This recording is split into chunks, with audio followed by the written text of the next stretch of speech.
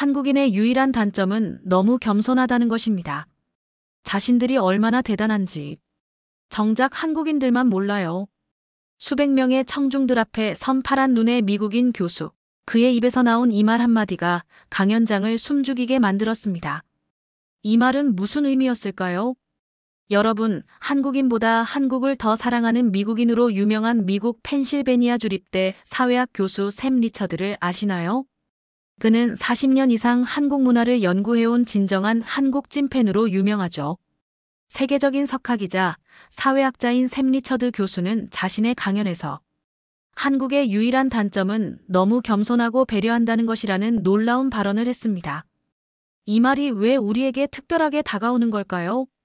바로 이방인의 시선에서 바라본 한국의 진짜 모습이기 때문입니다. 때로는 우리 자신보다 타인이 우리를 더 정확하게 볼 수 있죠.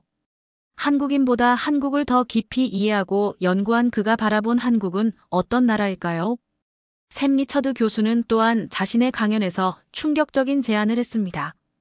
코리안니스라는 한국다움이라는 뜻의 새로운 명사가 등장해야 할 때라고요. 한국다움, 한국성이라는 의미의 이 단어는 세계 어디에서도 찾아볼 수 없는 한국만의 독특한 특성을 가리키는 말입니다. 그는 이 단어가 사전에 등재될 시점이 왔다며 한국의 위대함을 역설했습니다. 한국의 발전사는 그야말로 기적 같은 성장 스토리입니다. 리처드 교수의 목소리에는 진심 어린 감탄이 묻어났습니다.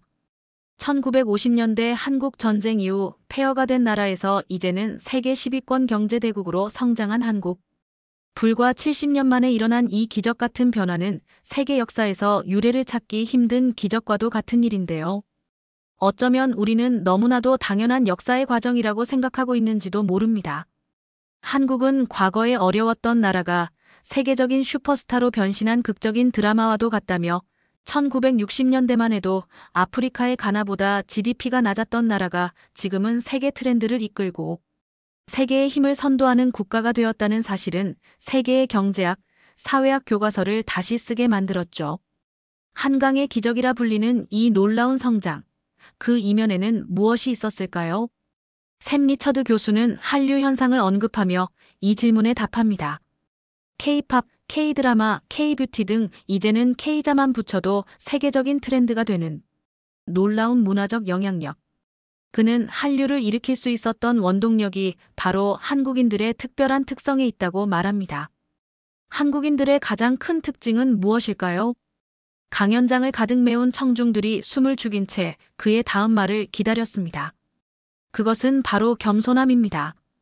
배려도 빠질 수 없죠. 하지만 역설적이게도 한국인의 유일한 단점도 바로 이것입니다. 너무 겸손하고 배려한다는 것이죠. 리처드 교수의 이 말에 강연장은 잠시 침묵에 빠졌습니다. 그는 계속해서 말을 이어갔습니다. 외부에서 보면 한국은 슈퍼 인재들이 모인 나라입니다. 하지만 정작 한국인들은 스스로를 너무 작게 평가하고 있어요. 이것이 바로 한국의 아이러니입니다. 이를 보여주는 실제 실험 사례도 있죠. 미국 학생들과 한국 학생들에게 같은 문제를 풀게 한 후 자신의 능력을 평가하도록 했는데 미국 학생들은 자신의 실력을 실제보다 30% 높게 평가한 반면 한국 학생들은 40% 낮게 평가했다고 합니다. 객관적으로 한국 학생들의 성취도가 더 높았음에도 불구하고요. 한국은 OECD 국가 중 학업 성취도는 최상위권이지만 청소년 행복지수는 최하위권입니다. 이것이 무엇을 의미할까요? 리처드 교수는 한국 사회 특유의 경쟁, 지향성과 외부 시선 중심 문화를 비판적으로 바라봅니다. 뛰어난 성과를 내면서도 끊임없이 자신을 채찍질하는 모습, 그것이 한국의 성장을 이끌었지만 동시에 한국인들의 자존감에 상처를 남겼다는 것이죠. 그러나 샘 리처드 교수는 희망적인 메시지로 강연을 마무리했습니다. 어른 세대부터 이어진 이러한 특성은 후손들을 그리고 한국을 특별하게 만들었습니다. 다음 세대의 한국인들은 강하지만 더 안정된 자아를 가진 사람들로 진화하길 바랍니다. 세계가 한국의 능력을 인정하는 지금, 한국인들도 스스로를 인정할 때가 왔습니다. 이방인의 눈에 비친 한국의 모습, 그 안에 담긴 진실은 어쩌면 우리가 미처 보지 못했던 우리 자신의 모습인지도 모릅니다. 이런 샘 리처드의 특별한 강의를 우연히 본 또 다른 외국인이 있는데요. 바로 오늘은 또 다른 주인공인 이탈리아의 다큐멘터리 감독 루카 벨리니입니다. 그가 한국에서 직접 목격한 그리고 그를 완전히 충격에 빠뜨린 장면은 무엇이었을까요? 지금부터 그 놀라운 목격담의 이야기를 시작합니다. 잠깐! 이야기 시작 전 구독과 좋아요, 알림 설정으로 감동상자 채널을 응원해주세요. 안녕하세요. 저는 이탈리아 출신의 다큐멘터리 감독 루카 벨리니입니다. 과거 NGO 활동가로 일했지만 지금은 아동교육과 시민의식에 관한 글로벌 다큐멘터리를 만들고 있습니다. 제가 한국에 대해 처음 흥미를 갖게 된 건 미국의 사회학자 샘 리처드의 강의 때문이었어요. 그의 온라인 강의를 우연히 보게 되었는데 아직도 그의 말이 생생히 기억납니다. 한국인은 겸손이라는 위대한 장점을 가졌지만 그것이 한국인의 유일한 단점입니다. 그 말이 계속 제 머릿속에 맴돌았습니다. 겸손? 이 시대에 정말 겸손한 사람들이 모여 사는 나라가 있다고. 저는 세계 곳곳을 다니며 많은 사람들을 만나봤지만 겸손함이라는 미덕을 국가적 특성으로 가진 곳을 본 적이 없었죠. 저는 회의주의자였습니다. 15년간 NGO 활동을 했지만 아이러니하게도 이때 인간의 이기심과 욕망을 너무 많이 봐왔거든요. 심지어 선행을 베푸는 사람들 중에서도 진정한 이타심보다는 자기 만족이나 사회적 인정을 위해 행동하는 경우가 많았습니다. 그래서 저는 이 교수의 말을 반쯤은 의심했어요. 인류학적 낭만주의 아닐까? 아니면 한국 정부의 홍보 전략에 넘어간 것은 아닐까? 하지만 그 의심이, 그 호기심이 저를 서울행 비행기로 이끌었습니다. 저는 이 주제로 새로운 다큐멘터리 프로젝트를 구상했고 그렇게 한국을 방문하기로 결심했어요. 인천국제공항에 도착한 순간 모든 것이 낯설었습니다. 공항의 깔끔함과 효율성에 첫 번째 놀라움을 느꼈지만 그건 시작에 불과했어요. 저는 촬영을 위해 DSLR 카메라, 노트북, 그리고 각종 촬영 장비를 가지고 왔는데 실수로 제 카메라 가방 한 개를 화장실에 두고 온 채 택시를 탔습니다. 그것은 제 직업의 생명줄과도 같은 장비였죠. 20분 정도 지나서야 택시 안에서 카메라가 없다는 것을 깨달았을 때 저는 거의 패닉 상태였어요. 이국 땅에서 언어도 통하지 않는 곳에서 소중한 장비를 잃어버렸으니까요. 택시 기사님께 급히 영어로 설명했지만 기사님은 영어를 잘 이해하지 못하셨어요. 그러나 제 다급한 표정을 보시고는 곧바로 무슨 일인지 눈치채셨습니다. 놀라운 일은 그 다음이었어요. 기사님은 즉시 휴대폰으로 번역기 어플을 열어주셨고 빠르게 번연된 언어들로 이야기를 나눌 수 있었습니다. 그리고 곧바로 차를 돌려 공항으로 향했습니다. 공항에 도착하자 기사님은 미터기를 잠시 끄고 저와 함께 분실물 센터로 달려갔습니다. 그리고 놀랍게도 제 카메라 가방은 이미 거기 있었습니다. 누군가가 발견해서 바로 신고하고 이곳에 놔두고 간 겁니다. 분실물 센터 직원은 미소를 지으며 제 여권과 몇 가지 정보를 확인한 후 가방을 돌려주었습니다. 모든 장비가 그대로 있었어요. 단 하나도 빠짐없이. 더 놀라운 건 택시 기사님이 추가 비용도 없이 웃으며 기다려주신 거예요. 그분은 저보다도 좋아하시며 다행이라고 등을 토닥여 주셨습니다. 그리고 호텔까지 데려다 주셨는데 공항에서 기다리시는 그 시간 동안에 추가 요금을 받지 않으셨어요. 제가 팁을 드리려고 하자 정중히 거절하시며 웰컴 투 코리아라고만 말씀하셨죠. 이게 누구를 위한 특별 대우였을까요? 그저 외국인이라서? 아니면 한국 사람들은 원래 이런 건가요? 저는 이 충격적인 사건으로 또 하나의 의문이 들었습니다. 그리고 서울에서 지내며 목격한 충격적인 사건이 또 하나 있었어요. 촬영 답사 겸 사전에 생각해둔 서울의 곳곳을 누비던 저는 어느 날은 특별한 목적지 없이 호텔 앞 서울의 거리로 나갔습니다. 강남역 근처였어요. 사람들이 빠르게 오가는 분주한 거리에서 회사로 출근하는 것 같은 어떤 젊은이가 지하철 입구에서 무언가를 줍는 것을 보았습니다. 누군가의 지갑이었어요. 그 사람은 주변을 둘러본 후 곧바로 옆에 거치대 위에 지갑을 올려놨습니다. 마치 주인이 다시 돌아왔을 때 쉽게 찾으라는 듯이 말이죠.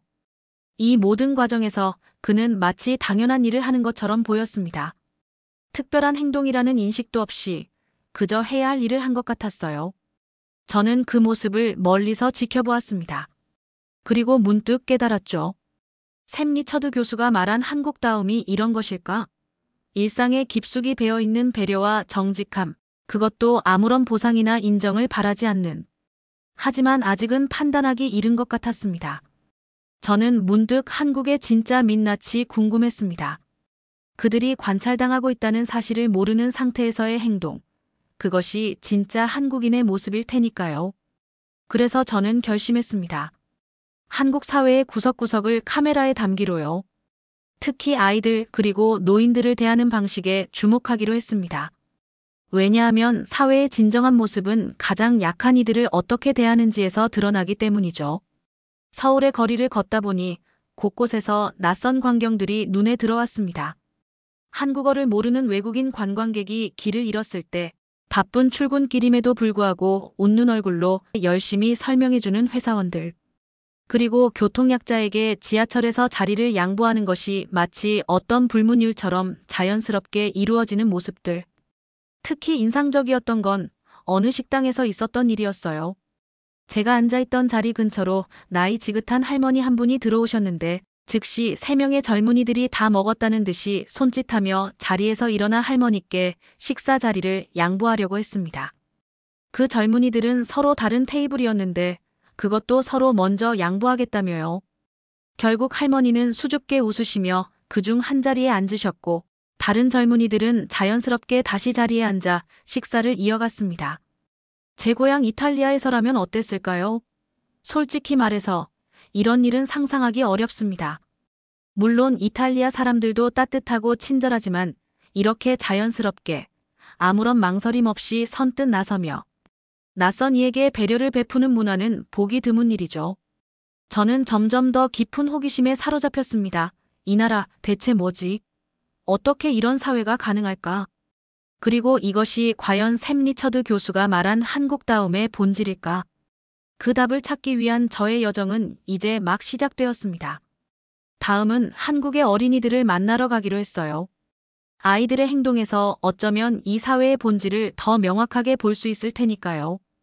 제가 본격적인 촬영을 시작한 지 몇 일이 지나고 그날은 사전에 검색한 장소를 방문하려고 버스를 타고 이동해 보려던 날이었어요.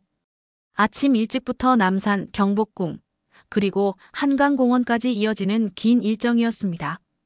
오전 8시쯤 버스에 올라탔을 때 저는 그냥 평범한 하루가 될 거라고 생각했어요. 하지만 그날은 제가 한국에 대해 가장 큰 충격을 받게 되는 날이 되었죠. 버스는 꽤 붐볐습니다. 하필 출근과 등교 시간에 맞물렸거든요. 학교에 가는 초중고 학생들, 출근하는 직장인들로 가득했어요. 저는 카메라 장비가 든 무거운 가방을 무릎 위에 올려놓고 창밖을 바라보고 있었습니다. 몇 정거장이 지난 후 노인 한 분이 스에 올라타셨어요. 그 순간 놀라운 일이 벌어졌습니다.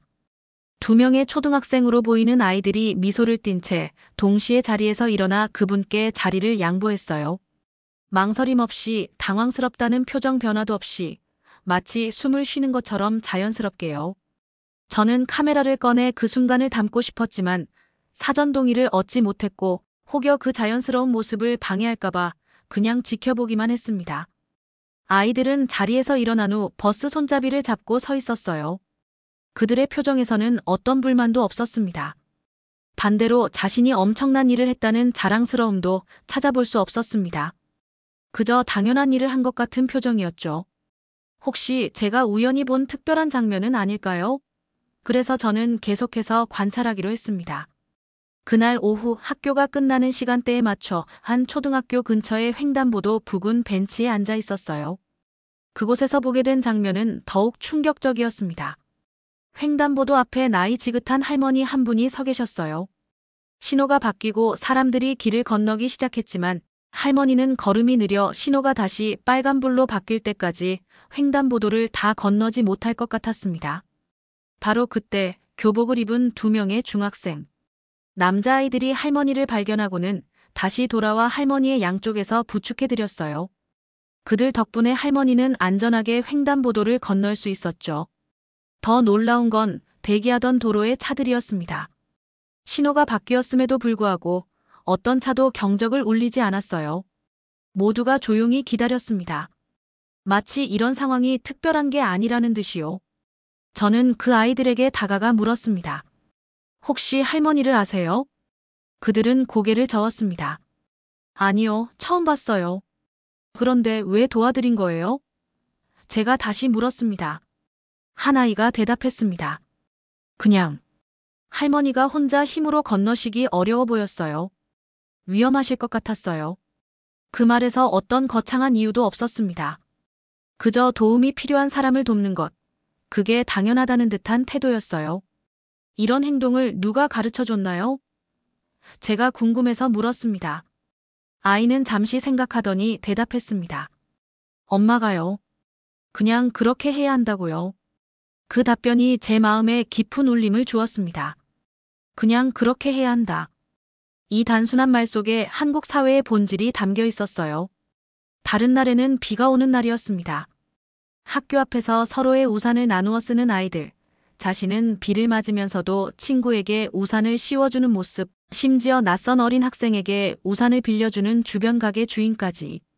이런 장면들이 계속해서 제 눈앞에 펼쳐졌습니다. 내가 찾던 장면은 바로 여기에 있었습니다. 인위적인 촬영 없이도 연출 없이도 자연스럽게 배려가 흐르는 사회. 이것이 샘 리처드 교수가 말한 한국다움의 진짜 모습인 것 같았습니다. 하지만 동시에 큰 혼란이 밀려왔습니다. 아이들이 어떻게 이런 행동을 반사적으로 할 수 있는 걸까요? 이것은 누군가 강요해서 하는 행동이 아니라 마치 DNA에 새겨진 것처럼 자연스러워 보였습니다. 한국 아이들의 놀라운 행동을 목격한 후 저는 이 행동의 뿌리를 찾고 싶었습니다. 누가, 어떻게 이런 배려심을 가르치는 걸까요? 이 의문을 풀기 위해 저는 서울의 한 초등학교를 방문하기로 했어요. 몇 학교에 공문을 보내 제가 촬영을 하는 다큐멘터리 주제와 저의 프로필 등을 함께 보냈고, 감사하게도 학교 측에서 협조를 해주셔서 학생들 학교 후 방문으로 허가를 받을 수 있었죠. 학교 정문에 들어서자마자 깔끔하게 정돈된 환경이 눈에 띄었습니다. 아이들은 질서 있게 하교하고 있었고, 복도에서는 뛰어나가거나 소리 지르는 모습이 보이지 않았어요. 정돈된 느낌이라는 것이 첫 인상이었습니다. 이탈리아의 학교와는 사뭇 다른 분위기였죠. 먼저 만난 건 한급의 담임 선생님이었습니다. 40대 중반으로 보이는 김 선생님은 16년간 교직에 몸담고 계셨어요. 선생님, 한국에서는 아이들에게 배려를 어떻게 가르치시나요? 제가 물었습니다. 김 선생님은 잠시 생각하시더니 답변해 주셨어요. 사실 가르친다기보다는 확인시켜준다는 표현이 더 맞을 것 같네요. 우리 아이들은 이미 가정에서 기본적인 배려와 예의를 배우고 옵니다. 학교에서는 그것을 실천할 수 있는 환경을 만들어주는 거죠. 다음 날, 김 선생님의 교실을 창문 너머로 참관할 기회가 있었습니다. 교실 분위기는 어수선하지 않고 정숙하고 차분했습니다. 한 아이가 연필을 떨어뜨렸는데 바로 옆자리 친구가 즉시 주워주는 모습이 보였어요. 이런 작은 행동에도 선생님이나 다른 친구들이 특별히 반응하지 않았습니다. 마치 너무나 당연한 일이어서 굳이 언급할 필요도 없는 것처럼요.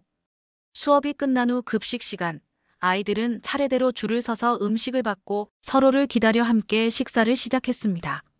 놀라웠던 건 이 모든 과정에서 선생님의 특별한 간섭이나 지시가 없었다는 점이에요. 이렇게 차례대로 행동하는 건 누가 시켰니? 제가 한 학생에게 물었습니다. 아이는 의아한 표정으로 저를 바라보더니 아무도요. 저희는 원래 이렇게 하는데요. 라고 되물었습니다. 그 대답에 저는 말문이 막혔어요. 원래 하는 것. 이 말은 배려가 이 아이들에게 특별한 행동이 아니라 일상이라는 의미였습니다. 동의를 구하고 한 학부모와도 인터뷰를 진행했습니다. 새아이의 어머니인 박 씨는 이렇게 말했어요. 우리는 아이들에게 착한 사람이 되라고 직접적으로 가르치지는 않아요. 대신 일상에서 부모가 먼저 배려하는 행동을 보여줍니다. 버스에서 노약자에게 자리를 양보하고 이웃에게 인사하고 서로 도우며 감사를 표현하죠. 아이들은 그걸 보고 자연스럽게 배웁니다. 교장 선생님과의 대화에서 더 깊은 통찰을 얻을 수 있었습니다. 아마 우리 아이들은 글자로 공경과 존중, 배려를 배우기 전에 행동으로 자연스럽게 터득할 겁니다. 이건 누가 의도한 것이 아니에요. 옛 조상들부터 자연스럽게 갓난아기 때부터 가정과 사회에서 배우게 되는 하나의 문화인 것이죠. 교장 선생님의 이 말이 제 마음에 깊은 울림을 주었습니다. 배려가 교과목이 아니라 문화라는 것. 이것이 한국 교육의 핵심인 것 같았어요. 학교를 둘러보며 교실에서, 복도에서, 운동장에서 저는 계속해서 작은 배려의 순간들을 목격했습니다. 무거운 짐을 함께 나눠든 친구들, 청소를 함께하며 서로의 구역을 도와주는 모습, 선생님께 예의 있게 인사하고 말하는 태도. 이런 모습을 보며 저는 묻지 않을 수 없었습니다. 혹시 지금 제가 촬영하고 있어서 특별히 좋은 모습을 보여주는 건가요? 그 질문에 한 선생님은 웃으며 대답하셨어요. 그렇게 생각하신다면 카메라를 끄고 일주일 동안 그냥 관찰해 보세요. 똑같은 모습을 보실 거예요. 그래서 저는 심층 촬영을 위해 아이들이 수업받는 모습을 촬영해도 되는지 허가를 구했습니다. 교장 선생님은 흔쾌히 허락해 주셨고 한 학급의 학부모 동의서까지 받을 수 있도록 도와주셨어요. 다음 주부터 본격적인 촬영이 시작되었습니다. 놀라웠던 건 처음에는 카메라를 의식하던 아이들이 불과 몇 시간 만에 평소 모습으로 돌아왔다는 거예요. 그리고 그 평소 모습이란 제가 이전에 거리에서 보았던 그 배려와 존중이 가득한 행동들이었습니다. 특히 인상적이었던 것은 아이들이 우측 보행을 지킨다는 것이었어요. 계단에서 우측으로 올라가고 내려오는 것. 기본 규칙을 누가 옆에서 봐주지 않아도 초등학생 때부터 이를 알고 지켜나가는 모습이 충격적이었습니다. 아이들의 이런 행동으로 서로 부딪히거나 피해 다녀야 하는 위험이 적어 보였습니다. 유럽이나 미국에서 다큐멘터리 촬영을 하며 경험한 것과는 완전히 달랐어요. 이런 국가들에선 자유로움이라는 명목 아래 사회에서 정한 규칙이 무시되는 경우가 많죠. 특히 보통 카메라가 돌아가면 사람들은 더 좋은 모습, 더 친절한 모습을 보여주려고 합니다. 하지만 한국의 아이들은 그런 인위적인 모습이 없었어요. 그냥 자신들의 일상을 살 뿐이었죠. 배려는 캠페인이 아니라 생활화된 문화였습니다. 교장 선생님의 말씀처럼 아이들이 교과서보다 먼저 배우는 건 사람을 돕는 마음이었어요. 이제 저는 확신할 수 있었습니다. 이것이 한국 사회의 진짜 모습이며 샘 리처드 교수가 말한 한국다움의 본질이라는 것을요. 하지만 저의 여정은 여기서 끝나지 않았습니다. 이러한 배려와 겸손함 속에 숨겨진 또 다른 측면이 있다는 것을 곧 발견하게 될 테니까요. 학교에서의 촬영이 계속되던 어느 날 저는 의외의 모순을 발견하게 되었습니다. 아이들을 인터뷰하던 중에 제가 목격한 것은 한국 학생들의 또 다른 면이었어요. 이토록 배려심 많고 훌륭한 아이들이 정작 자신에 대해서는 너무나 엄격하다는 사실이었죠. 수학 시간이 끝난 후 저는 몇몇 아이들과 이야기를 나눌 기회가 있었습니다. 한 학생이 풀었던 문제를 보니 정말 놀라웠어요. 제가 봐도 상당히 어려운 수학 문제들을 정확하게 풀어냈거든요. 정말 대단하네. 이런 문제를 어떻게 풀 수 있는 거야? 제가 감탄하며 물었습니다. 그런데 그 아이의 대답이 의외였어요. 아니에요. 이 정도는 기본이에요. 저보다 잘하는 친구들이 많아요. 처음에는 그저 겸손한 표현이라고 생각했습니다. 하지만 다른 아이들에게도 비슷한 질문을 했을 때 거의 똑같은 반응이 돌아왔어요. 한국에선 이 정도 문제풀이는 당연해요. 더 잘하고 대단한 아이들이 얼마나 많은데요. 영어 시간에는 한 학생이 유창한 영어로 발표를 했습니다. 정말 인상적이었죠. 발표가 끝난 후 그 학생에게 다가가 칭찬했더니 역시나 같은 반응이었어요. 아직 많이 부족해요. 발음도 이상하고 단어 선택도 좋지 않았어요. 이런 반응이 한두 명이 아니라 거의 모든 학생들에게서 나타난다는 점이 충격적이었습니다. 객관적으로 봤을 때 정말 뛰어난 실력을 갖추고 있는데도 자신을 평가할 때는 너무 엄격한 잣대를 들이대고 있었어요. 선생님들께 이 현상에 대해 물어봤습니다. 네, 안타깝게도 우리 아이들은 자신을 평가할 때 매우 엄격합니다. 학업에서 99점을 받아도 왜 1점을 놓쳤는지 자책하죠. 이건 한국 교육의 양면성입니다. 김 선생님이 설명해 주셨어요. 교장 선생님은 더 깊은 통찰을 주셨습니다. 한국 사회는 예로부터 겸손을 중요한 덕목으로 여겨왔어요. 자신을 내세우는 것보다 한 발 물러서는 것이 미덕이었죠. 하지만 현대 사회에서는 이것이 때로는 자신감 부족으로 이어지기도 합니다. 그 말씀을 듣고 저는 샘 리처드 교수가 강연에서 했던 말이 떠올랐습니다. 한국인의 유일한 단점은 너무 겸손하다는 것. 이제야 그 의미를 진정으로 이해할 수 있었어요. 특히 기억에 남는 장면은 미술 시간에 있었던 일입니다. 한 학생이 그린 그림이 정말 아름다웠어요. 구도, 색감, 표현력 모두 뛰어났죠. 제가 감탄하며 칭찬했을 때 그 학생은 수줍게 웃으며 아니에요. 그냥 그려본 거예요. 라고 말했습니다. 하지만 그 그림은 나중에 지역 미술대회에서 대상을 받았다는 걸 알게 되었어요. 진짜 재능이 있는 아이였던 거죠. 그런데도 자신의 능력을 과소평가했던 겁니다. 나중에 그 학생과 따로 이야기할 기회가 있었습니다. 왜 그렇게 자신의 그림에 대해 겸손했어? 제가 물었어요. 칭찬받으면 기분은 좋지만 자랑하는 것처럼 보일까봐 걱정됐어요. 그리고 정말로 저보다 잘 그리는 친구들이 많아요. 그 학생이 진지하게 대답했습니다. 이런 태도는 학업뿐만 아니라 스포츠, 음악, 심지어 인간관계에서도 나타났어요. 항상 자신보다 다른 사람을 먼저 생각하고 자신의 성취는 과소평가하는 경향이 있었죠. 객관적으로는 엄청난 인재인데 스스로는 그렇게 인식하지 못하고 있었던 겁니다. 이토록 위대하고 대단한데 이 정도는 당연하다는 듯 말하는 아이들. 제 일기장에 적은 문장입니다. 한국 사회의 모순적인 아름다움이었어요. 다른 사람에게는 무한한 배려와 존중을 보이면서도 자신에게는 너무 엄격한 잣대를 들이대는 모습. 이런 특성이 한국을 빠르게 발전시킨 원동력일 수도 있겠다는 생각이 들었습니다. 늘 부족하다고 생각하며 더 나아가려는 끊임없는 노력하는 것 하지만 동시에 이것이 행복을 방해하는 요소는 아닐까 하는 우려도 생겼어요. 겸손과 자존심의 경계, 그 미묘한 균형이 제 마음속에서 계속 울림을 주었습니다.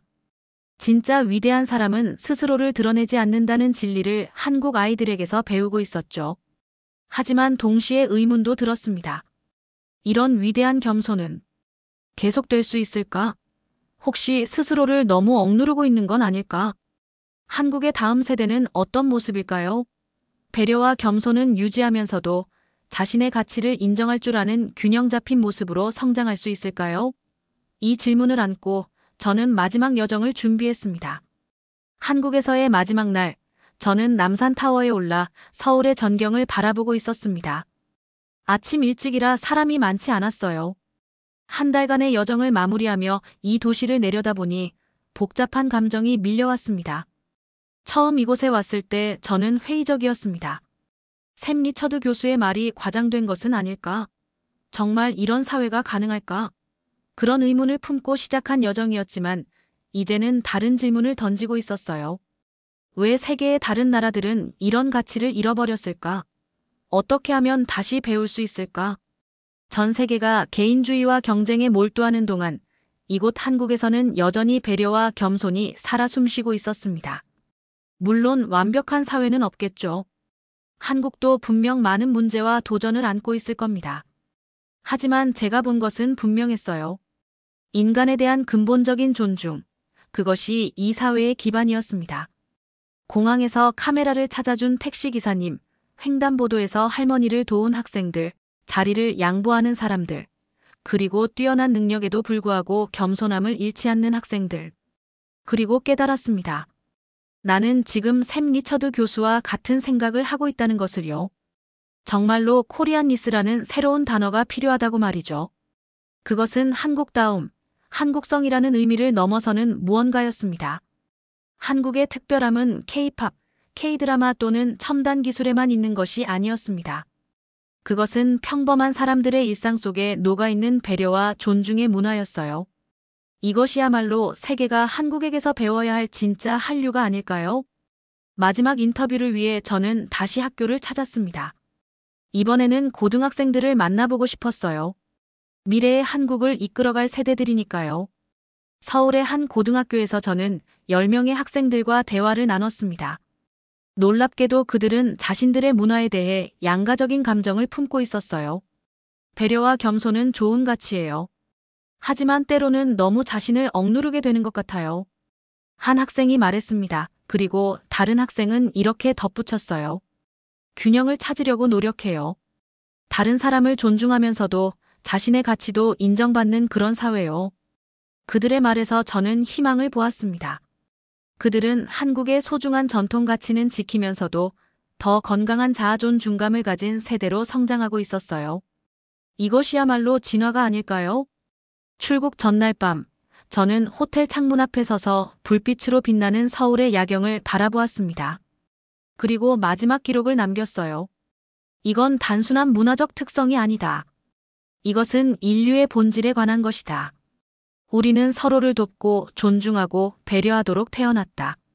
한국은 그 본질을 잊지 않았을 뿐이다. 코리안리스는 기술, 산업, 케이팝이 아니라 인간에 대한 존중, 그 자체다. 다음 날 비행기에 오르며 저는 다시 한번 생각했습니다. 이런 문화를 선사한 어른 세대와 이렇게 자라나는 아이들이 한국의 미래라면 세상이 더 희망적일지도 모르겠다고요. 한국이라는 나라가 곧 세계에 막대한 영향력을 끼치는 날이 올 것입니다. 그것은 경제적, 기술적 영향력을 넘어서 인간 본연의 가치에 대한 영향력일 테죠. 제 다큐멘터리는 이미 완성되었습니다. 제가 카메라에 담은 그리고 직접 본 한국의 모든 면이 한국이 어떤 나라인지, 한국의 미래가 어떠한지 보여주고 있죠. 한국엔 우리 모두가 잊고 있던, 하지만 우리 마음 깊은 곳에서 그리워하던 인간다움의 모습이 있습니다. 한국은 그저 그것을 기억하고 자신들도 모르게 행하고 있을 뿐이에요. 그렇게 저는 다큐멘터리를 마무리하고 있습니다. 우연히 본 한미국인 교수의 강의에서 시작된 여정이 저에게 큰 통찰과 새로운 나라를 보게 해주었습니다. 그와 똑같이 말하고 싶어요. 여러분이 얼마나 대단한 사람들인지 정작 여러분들만 모르고 있다고요. 여러분 오늘의 이야기 어떠셨나요? 외국인이 바라본 진짜 한국다움의 모습. 어쩌면 우리나라의 기술이나 경쟁력을 넘어서 세계는 우리의 마음에 더 큰 관심을 기울이고 있는 게 아닐까요? 여러분이 생각하는 코리안리스, 한국다움은 무엇인가요? 우리가 미처 알지 못했던, 하지만 세계가 주목하는 우리의 아름다운 가치는 무엇일까요? 댓글로 여러분의 의견을 남겨주세요. 마지막으로 구독과 좋아요, 알림 설정으로 더 많은 이야기들이 전해질 수 있도록 응원해주세요. 다음 이야기에서 뵙겠습니다. 감사합니다.